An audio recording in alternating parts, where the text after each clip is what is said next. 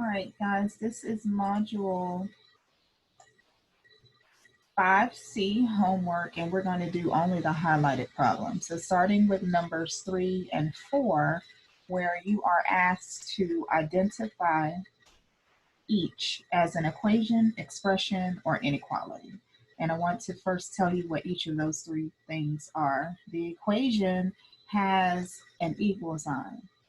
So to determine if you have an equation, you should look for an equal sign. If you have one, then you have an equation. An expression has no equal sign. It just has numbers and letters, but it does not have an equal sign. An inequality has one of these four inequality symbols: less than, greater than, less than or equal to, or greater than or equal to. So look at our example. We have 4x equals, bingo, there's our equal sign. So we know that our answer is going to be an equation. For number 4, we have 6x less than. There's our inequality symbol, right? So we know that for this particular problem, since we have an inequality symbol of less than, we would choose inequality.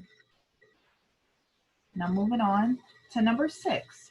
Now I wrote these notes here. You want to make sure you have this in your information of notes as well.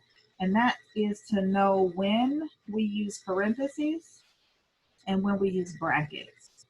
So here are the brackets and then the parentheses. We know what parentheses look like. All right, so we use parentheses whenever we have a less than or a greater than symbol. We use brackets whenever we have a less than or equal to symbol or a greater than or equal to symbol. All right, so we want to keep that in mind when we're writing our interval notation a little bit later. Now in this particular example, it says graph the set of numbers given in interval notation. So it's already an interval notation. And we're going to write the inequality statement in X to determine which of these graphs is accurate. Okay, so down here we would write the inequality statement. For the first part, we would choose which of these graphs is accurate.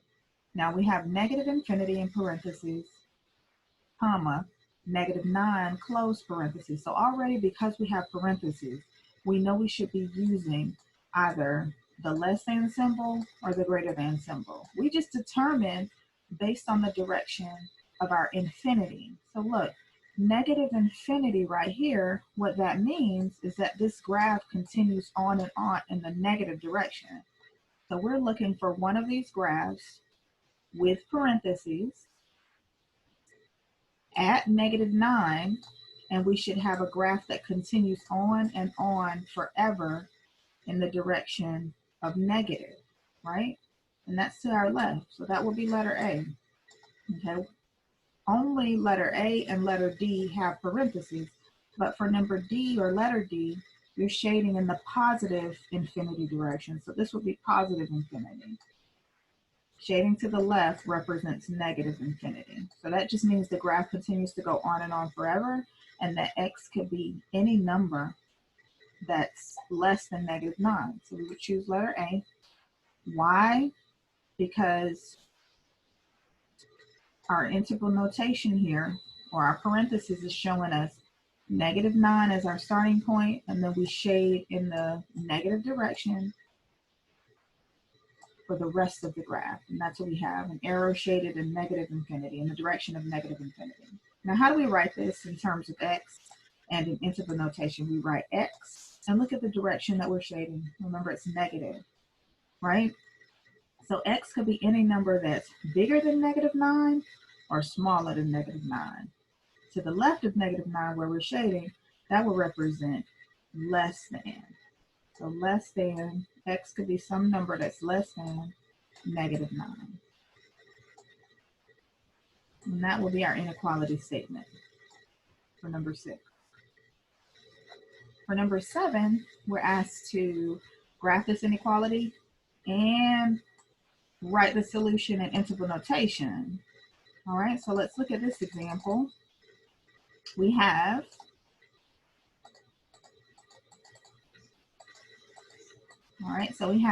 X less than or equal to -2. So less than or equal to. already when it comes time for us to write our interval notation, let's just recall which symbol we can use, right? When we have our less than or equal to. Remember, you want to use brackets whenever your symbol, your inequality symbol is less than or equal to or greater than or equal to. So we're going to be using brackets for number 7 because of our symbol. And now let's look at our graph. So x could be a number that's less than or equal to -2. So let's find -2, which it should be just out of B and D. But only one of these examples have brackets. So already we can see that letter B would be the correct graph. It's a bracket at -2, and the graph is shaded in the negative direction because it's x less than or equal to -2. Now, writing our term in interval notation, we would write it just as we see it here. You see how we have the bracket, we have an open bracket at -2, comma, look what direction we're shading. Remember, that's the negative direction, so that would be negative infinity. And you always have parentheses around infinity. So we put that together, we have parentheses, negative infinity. That's this part of the graph on the left, and we write it in order from left to right. So negative infinity, comma, -2, and then brackets. So brackets at -2, negative infinity to the left. This will be our interval notation. For number 9, we're solving the inequality, and then we're going to graph and write in interval notation. So to solve this inequality, we have -3x less than or equal to 6. To solve this equation, we got to divide both sides of the inequality by -3. The -3's will cancel.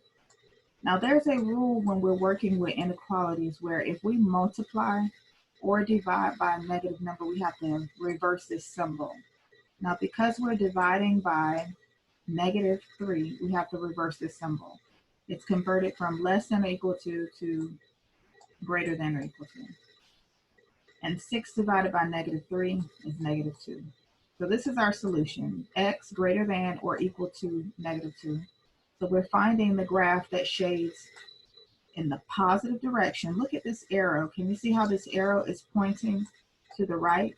So we're looking for the graph that shades to the right of -2. So let's look at -2.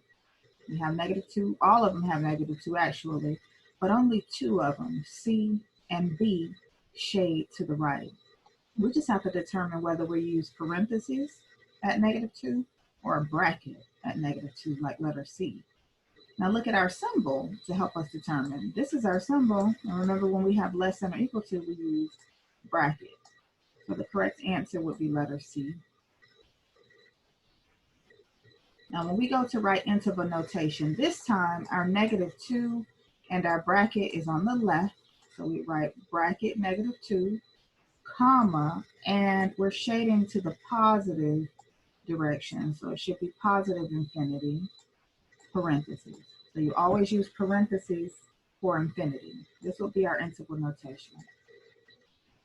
Bracket, -2, comma, infinity, parentheses. Now let's look at number 15. We're solving the inequality again. We have -4x plus 4 on the left greater than or equal to 2 times 3 minus x. So we got to distribute this 2. I'm going to go ahead and put that parentheses there. And we'll recopy this inequality. We got -4x plus 4 on the left greater than or equal to. Now 2 times 3 will give us 6. 2 times minus x will give us -2x.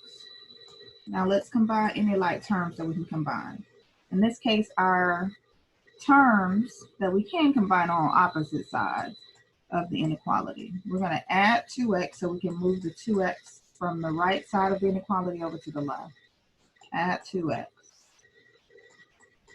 When we add 2x, the 2x's will cancel over here on the left. We can bring down our 6, bring down our greater than or equal to symbol, bring down our 4, And now negative 4x plus 2x is actually negative 2x.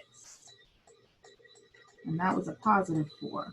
So let me rewrite it up here so we can have a little bit more space. It's negative 2x plus 4 greater than or equal to 6. To solve, we need to subtract 4 from both sides of the inequality, and we'll get negative 2x greater than or equal to, and then 6 minus 4 will give us 2. And now we'll divide both sides of the inequality by negative 2. Remember what happens whenever you divide an inequality by a negative number, you have to reverse the symbol. So this symbol is going to be reversed from greater than or equal to less than or equal to. So x is less than or equal to 2 divided by negative 2 or negative 1. This is our inequality, and we're looking for the correct graph. So see how our arrow right here is pointing to the left this time? So we're looking for a graph that's shaded to the left of negative 1. And our symbol is less than or equal to, so we know we should have brackets at negative 1. So we're looking for negative 1 where the arrow is shaded to the left, and we have brackets at negative 1. So brackets at negative 1 right here, and we're shaded to the left. That represents negative infinity. And that will be our integral notation, actually, just in that order. So it's letter C, and this is our integral notation, parentheses, negative infinity, comma, negative 1, brackets. And that's the last problem that we'll do for this particular, oh no, let's do number 16, okay. To solve this inequality, we want to distribute 2 times.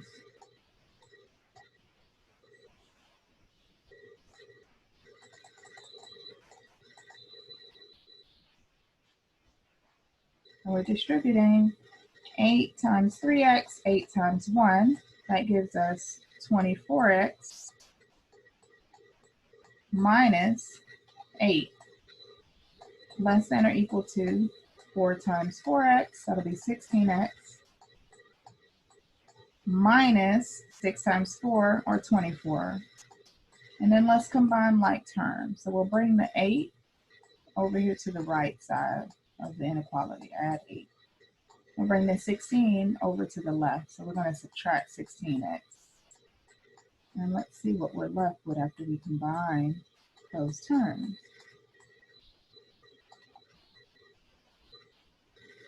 So 24x minus 16x will give us 8x, less than or equal to, the 8's will cancel, 16x will cancel, and negative 24 plus 8 will give us negative 16. And now we'll divide both sides by 8. 8's will cancel, so x is less than or equal to negative 16 divided by 8, which is negative 2. That's our solution to the inequality. Now look at our symbol. It's less than or equal to, so we know we should have brackets. And our arrow is shaded. It should be shaded to the left of negative 2. So we're looking for brackets at negative 2 and an arrow that's shaded to the left of negative 2. So look here, we have parentheses for B and D. Those won't work. Here we have brackets, but only one of these examples is shaded to the left. So it should be letter C. And for integral notation, that would be negative infinity with parentheses, comma, negative 2, and a bracket. And that's the last problem that we're going to do for Module 5C.